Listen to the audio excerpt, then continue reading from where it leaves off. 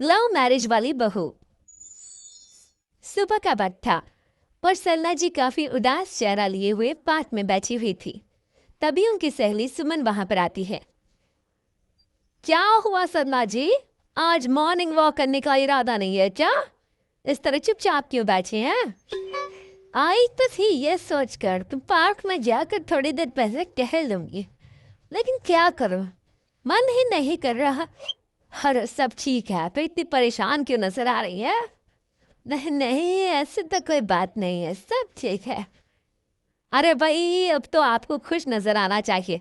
अभी कुछ महीने पहले तो बेटे की शादी हुई है, घर में नई बहू आई है, आपके चेहरे पर तो रौनक नजर आनी चाहिए। अरे छोड़ो भी, आजकल की बहुओं के बारे में क्या बताऊं आपको। क्यों, क्या हुआ बहन जी, कोई परेशानी है क्या? कुछ किया क्या बहू रानी ने? अरे भाई, अभी तो शादी को 6 महीने हुए। अब आपसे क्या छुपाना, आप तो जानती है मेरे बेटे ने लव मैरिज की है, और मुझे ना इन लव मैरिज वाले बहुओं पर बिल्कुल भरोसा नहीं। ना जाने कब मेरे बेटे के कान भर दे।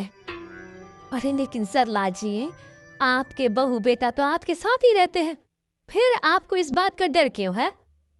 पता नहीं क्यों बहन जी, अभी तो मुझे अपनी बेटी दीपाली की भी शादी करनी है। बस इसी बात को सोचकर परेशान रहती हूँ।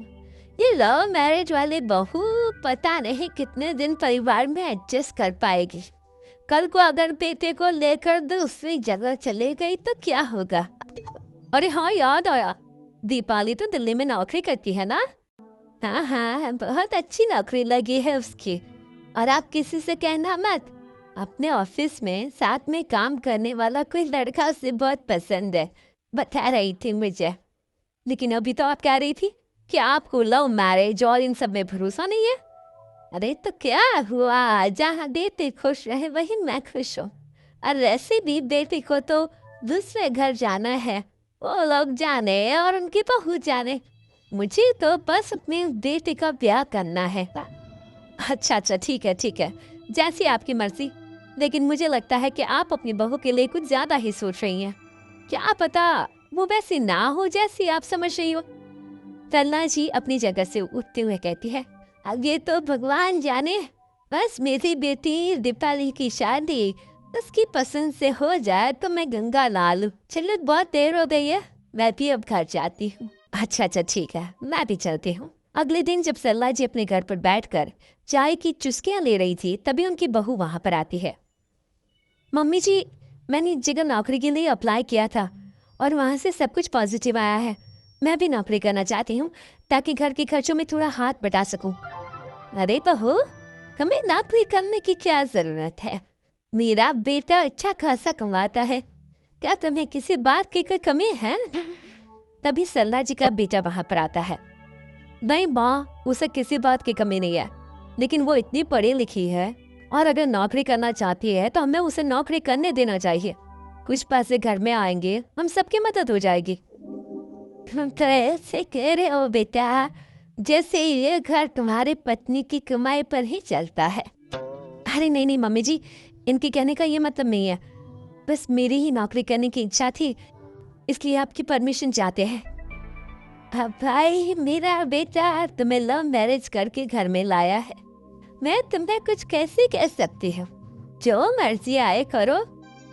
सरला जी का बेटा और बहू वहां से चले जाते हैं। अब उनकी बहू नौकरी करना शुरू कर देती है।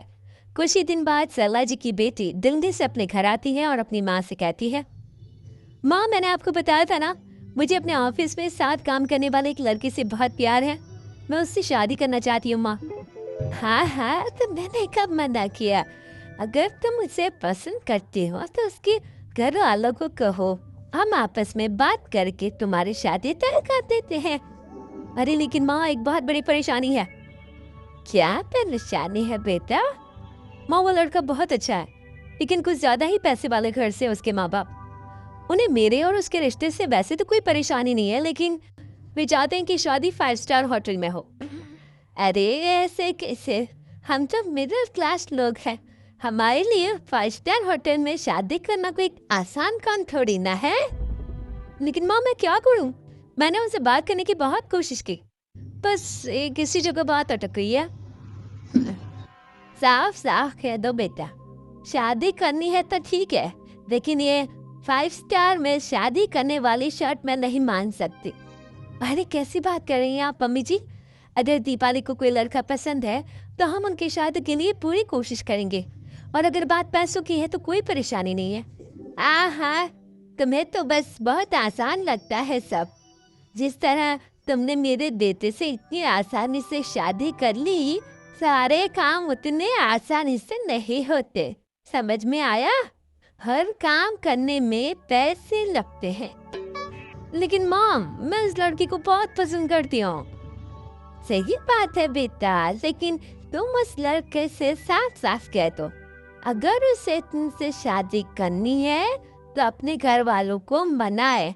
अगर नहीं मना सकता तो तुम दोनों अपनी गृहस्थी अलग से कहीं सेट कर लो। कोई जरूरत नहीं है अपने माँ बाप के साथ रहने की। मम्मी जी, ये आप क्या कह रही हैं? मैं भी तो आपके बेटे के साथ लव मैरिज करके आई हूँ। अगर मैंने भी ऐसा ही किया होता तो?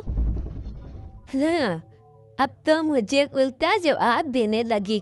देखो बहू, मैं तुम्हारी सास हूँ, मुझसे ठीक से बात करो। लेकिन माँ, भाभी ठीक तो कह रही हैं। हाँ, अगर बात शादी के खर्च की है तो मैं उस लड़की से कुछ कह सकती हूँ, लेकिन उससे अपने घर वालों से अलग होने के लिए कहना, ये सही होगा क्या?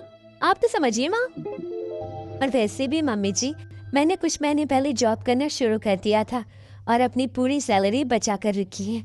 आप चिंता मत कीजिए, मैं दीपाली की शादी में कोई कमी नहीं होने दूंगी। तुम अपने सारे तनख्वाह मुझे मेरी बेटी की शादी का खर्च करने के लिए दे दोगी? हाँ माँ, मैंने भाभी को पहले ही सब कुछ बता दिया था और वो इस बारे में सब कुछ जानती थी, इसलिए उन्होंने पहले ही नौकरी करनी शुरू कर दी ताकि मेरी शादी धूमधाम से हो सके। तभी सरला जी का बेटा वहां पर आता है। देखा माँ, जैसा हम हर समय समझते हैं वैसा होता नहीं है। आपको लव मैरिज करने वाली बहू से नफरत थी ना, लेकिन अपनी ही बेटी की लव मैरिज पर आपको कोई एतराज नहीं था। ये तो गलत बात है ना? हाँ बेटा, सही कह रहे हो तुम। बहू, मुझे माफ कर दो, मैंने तुम्हारे बारे में गलत सोचा। आज से मैं बहू और बेटी में कोई फर्क नहीं करूंगी, और अपनी लव मैरिज वाली बहू से तो बिल्कुल नफरत नहीं करूंगी।